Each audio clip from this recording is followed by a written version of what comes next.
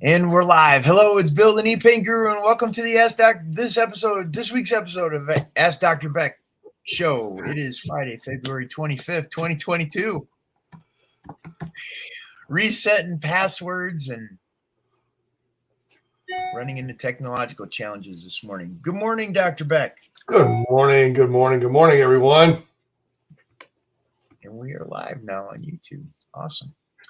Okay, how are you doing today? I'm hanging in there. Good. Yeah. Cool deal. Any news? We were just chatting right before we started. You're out of your old location in Indianapolis, and you're going to be moving into we're still in between right now, aren't we? Yeah.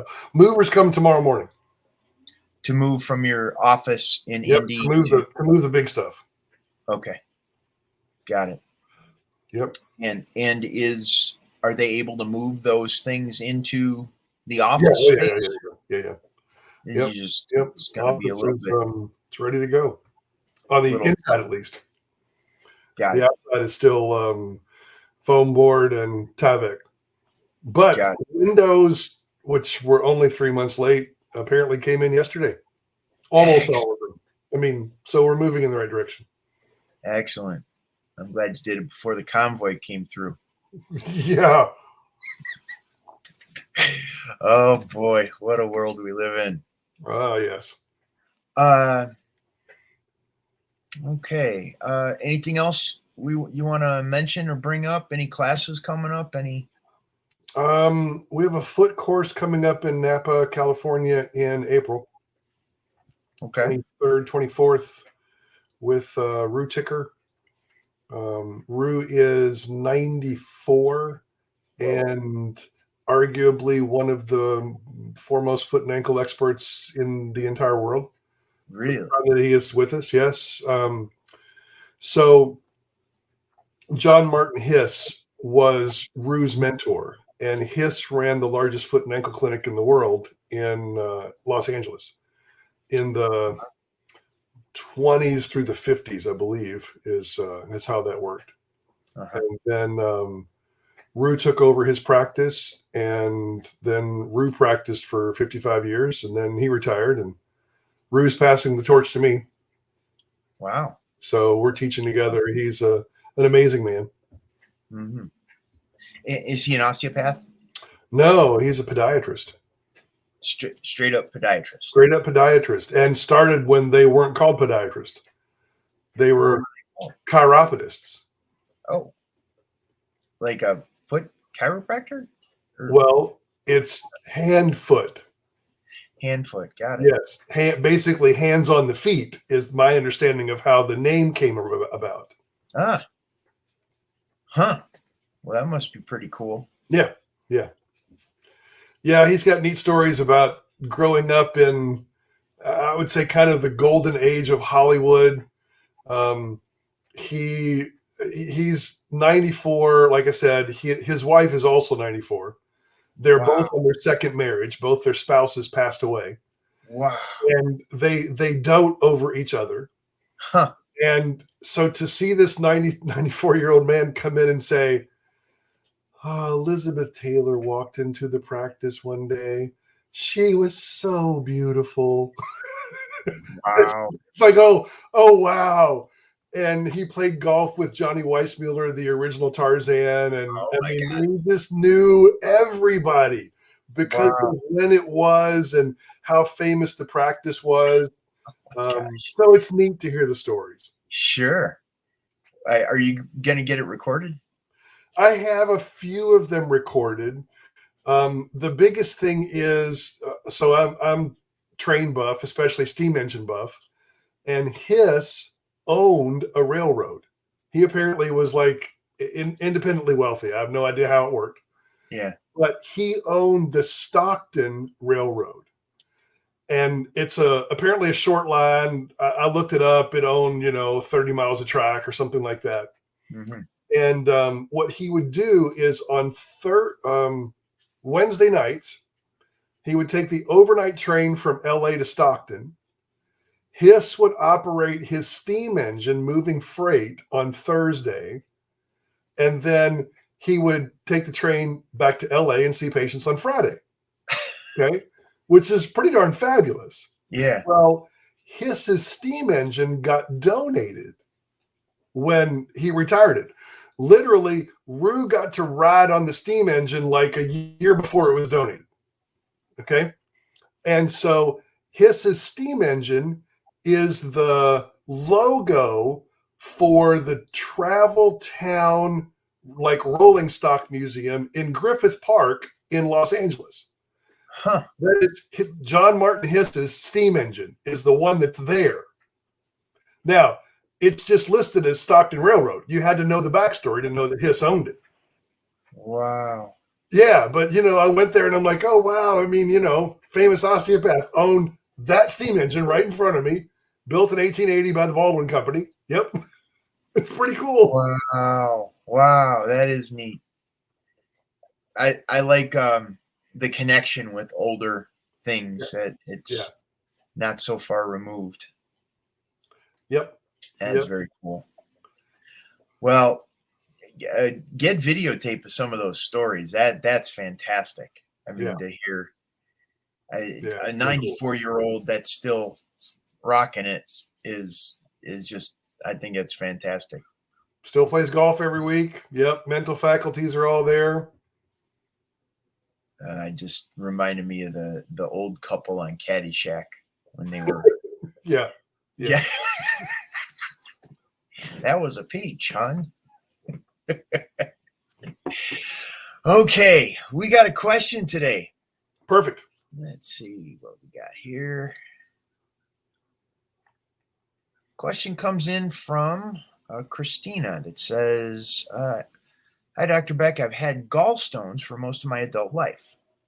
I'm 46, had 5 kids, and yes, gallstones run in the family. In the past 17 years, I've passed about 150 gallstones and still have my gallbladder. I've used homeopathic remedies to relieve the duration and pain of the attacks. I have done flushes and cleanses, castor oil packs, and a lot of emotional work, which has greatly helped shorten the attacks, but I've never been able to get them to stop. I have noticed that when I find a position of comfort, I can ease the pain of them passing considerably, but I am wondering from a structural perspective what else is going on. At this point, there has to be a structural component since it is pretty much the only thing I haven't addressed. Any insight you can offer would be much appreciated. Okay. There's a chemistry term I'm thinking of. It's going to come to me, so I'm going to start talking, and hopefully I can get the appropriate term. Mm-hmm. So we have to be clear about what happens from a chemistry standpoint when we create stones of any kind in the body. Mm-hmm. Okay. So we go back to the chemistry experiment that many of us have done, especially as young children, which is to make rock candy. Okay, now the way we make rock candy is we put water on the stove, we heat it, and when we heat a substance, it increases its ability to be a solvent, to basically turn things from solid into liquid and hold it there. So what you do is you start adding sugar to your hot water.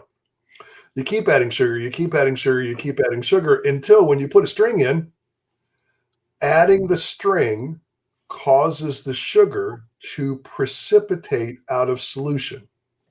Okay. And it sticks to the string and we form rock candy. All right. As the solution then cools, it will effectively harden. Okay. Because there's so much sugar in it. So in chemistry, we call that a supersaturated solution. Mm-hmm. Okay. So again, when it cools, it's going to harden. Well, now we apply that to the body. And so exactly the same thing happens. What we have going on in order to create gallstones is that we must have a supersaturated solution.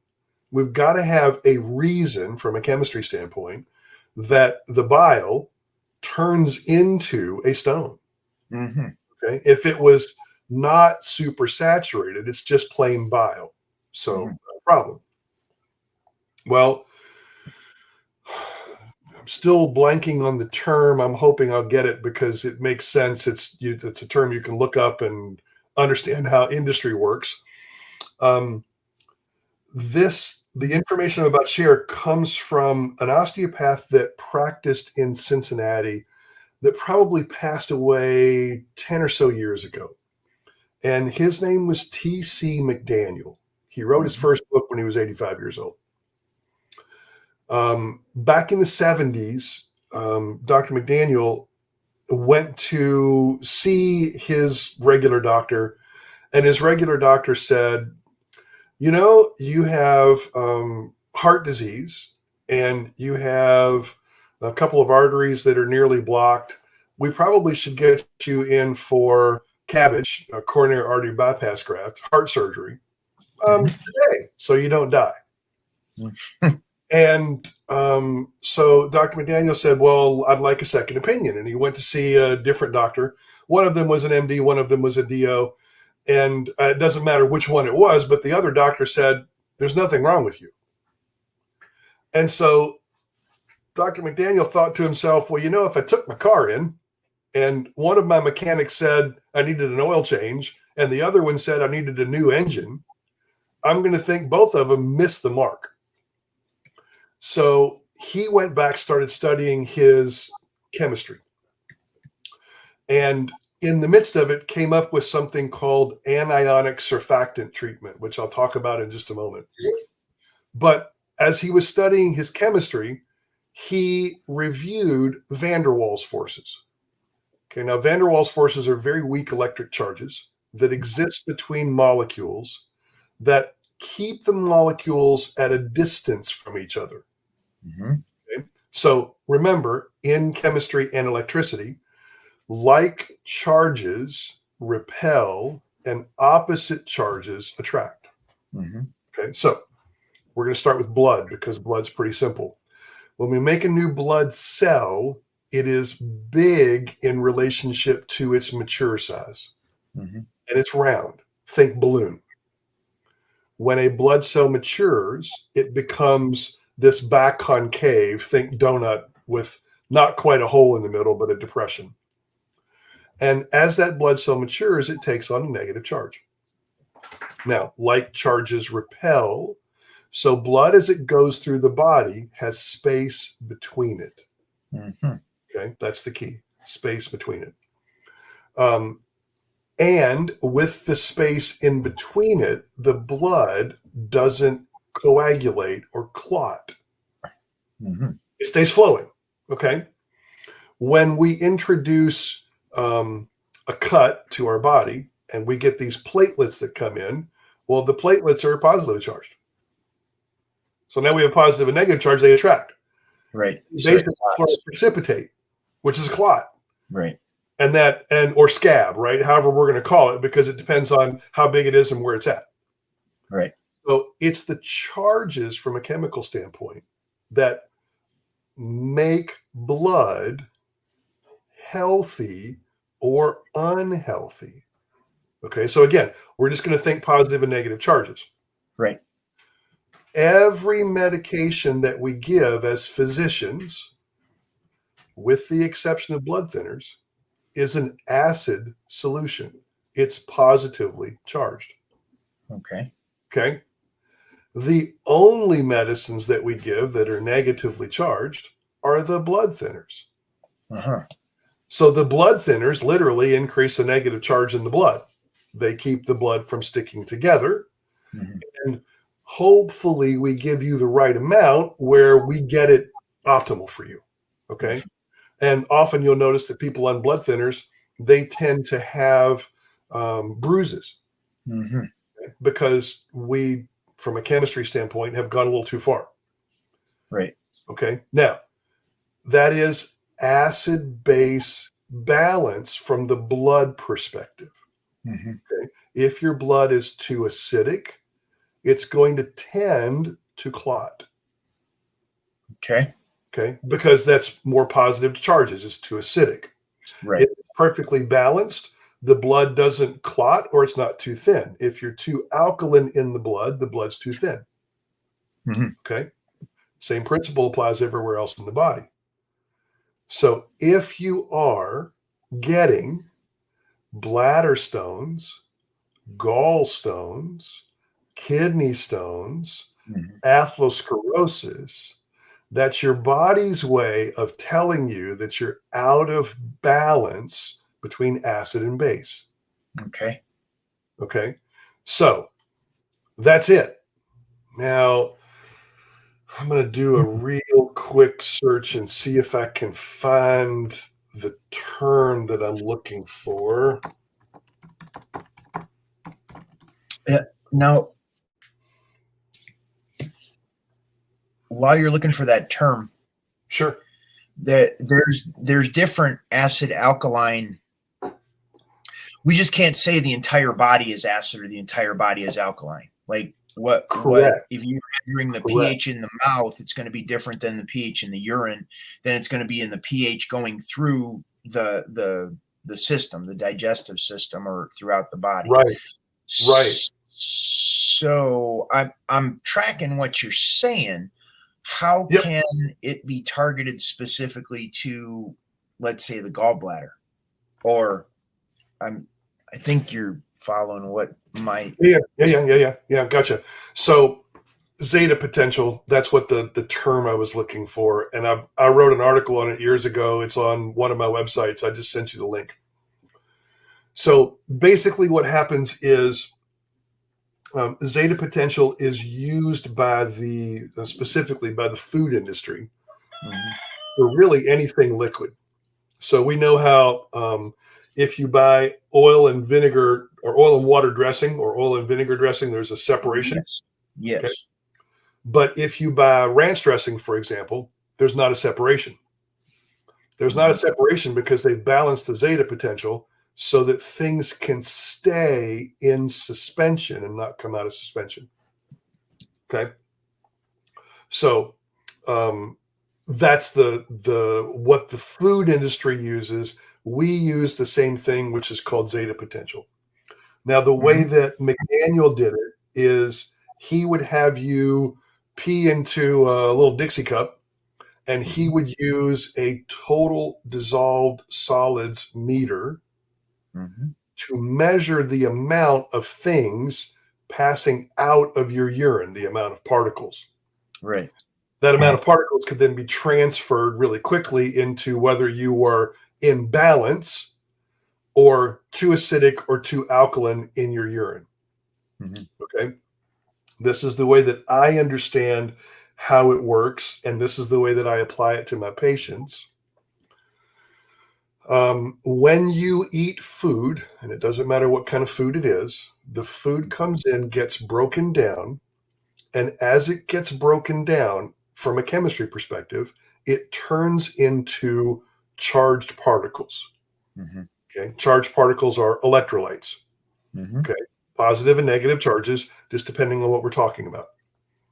So what is supposed to happen then is that your kidneys, they get rid of positively charged particles. Okay. And they use water to do that. So what we learn is water follows sodium. Water follows those charged particles. In a perfect world, this is what happens. We'll start with waking up in the morning. You wake up in the morning, no food in your system. Theoretically, your body chemistry is balanced. Okay, again, perfect world. You're going to eat your breakfast. Your breakfast starts to get digested. It forms positive and negative particles. The particles that are water soluble theoretically should be peed out and you're brought back to zero before lunch. Okay. And anything that is fat soluble, your body deals with, and it gets ready to excrete it in the feces. So you get ready to poop it out. Okay. Got it. But we eat breakfast. Breakfast brings in charged particles. And by lunch, we're back to neutral. Okay. We eat lunch. We do the same thing. We pee. We perhaps have a bowel movement. We're back to neutral before dinner. We eat dinner. theoretically, the same thing happens again. And roughly by the time we go to sleep, we are back to neutral by the end of the day. Okay. So that as we go through the night, our kidneys get a break. They don't have to do much. They don't have to move particles because we're in balance. Okay. But more likely than not, what happens if you are eating in the United States of America is that you have excess salts plural, not just table salt, but excess charged particles in there that are designed to preserve the food, kill bacteria, yada, yada, yada, whatever we do. Okay, so now what happens is you eat breakfast. And because there are more salts than your body can deal with, you still have an excess that needs to be moved. And now you're going to eat lunch. So we're piling on top of what didn't get processed. Got it. Okay. Now we're going to eat dinner, piling on again because we still haven't been able to get rid of enough. Well, if we can get rid of it before the clock reaches 24 hours, one day, we don't have to store anything by definition. What came in went out. Okay. If it takes 25 hours, we're adding what was left over from yesterday to now what is into today. And so then the body's required to do a few things. If it cannot increase urine output, so this is if you're not taking in enough fluids that move through the body, it stores the extra charged particles, right? The body's pretty smart. And so it will store the liquid particles in the intracellular space and the extracellular space. Basically, it's going to pack all the corners. Think the body is a hoarder on the inside of the cells and on the outside of the cells. So it packs those charges around the cells. Okay. Then any fat, the way that your body stores those charged particles is to create more fat. It basically says the shelves are full. I need to build more shelves. Okay. When you look around at typical America, you see that a lot of people, just by looking at them, are not in that balanced with their charged particles. Okay? All right. So that's now the foundation. I'm going to come back around to answering the question about the kidneys and the gallbladder. The gallbladder itself is a balloon. Okay. A muscular balloon. It contracts. That's what it does. So the liver makes bile. The bile gets stored in the gallbladder. The gallbladder is then supposed to squeeze and press that bile out. The bile is designed to digest the fat portion of a meal. Okay. So the first thing we've got to do is we've got to get that bile moving. And if your muscular sac isn't doing what it's supposed to, then the bile stays in one place and can become supersaturated. That's how you get stones. So then having someone who can empty that, whether it's through mechanical means using something like visceral manipulation, or whether it's depriving the body of fat for a while using something like apple juice to act as a softener for the stones, and then drinking a large amount of fat in the form of olive oil or whatever, so like a gallbladder cleanse, that would then theoretically cause that gallbladder to contract and push all those stones out. Okay. But it still doesn't address the underlying issue, which is there's an acid-base imbalance coming into the body through the food, that's staying in the body and not being released. So what I do with my folks is I will put them on a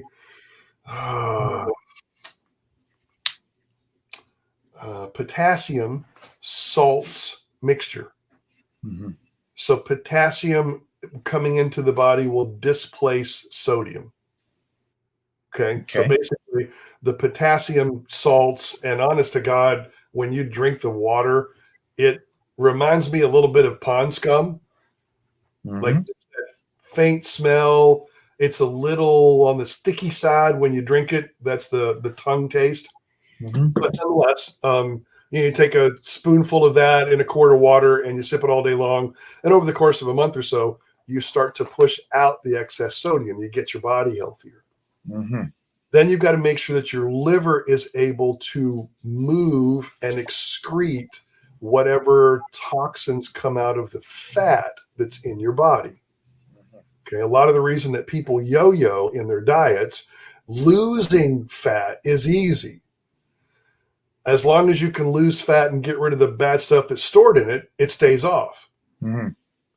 If you lose fat and you can't get rid of the bad stuff, body says, oh, I now have a buildup of toxins. I got to put it somewhere. Let's create some fat. And so you yo-yo. So then what I would do is put someone on a liver cleanse to get the liver pathways going, the excretion pathways.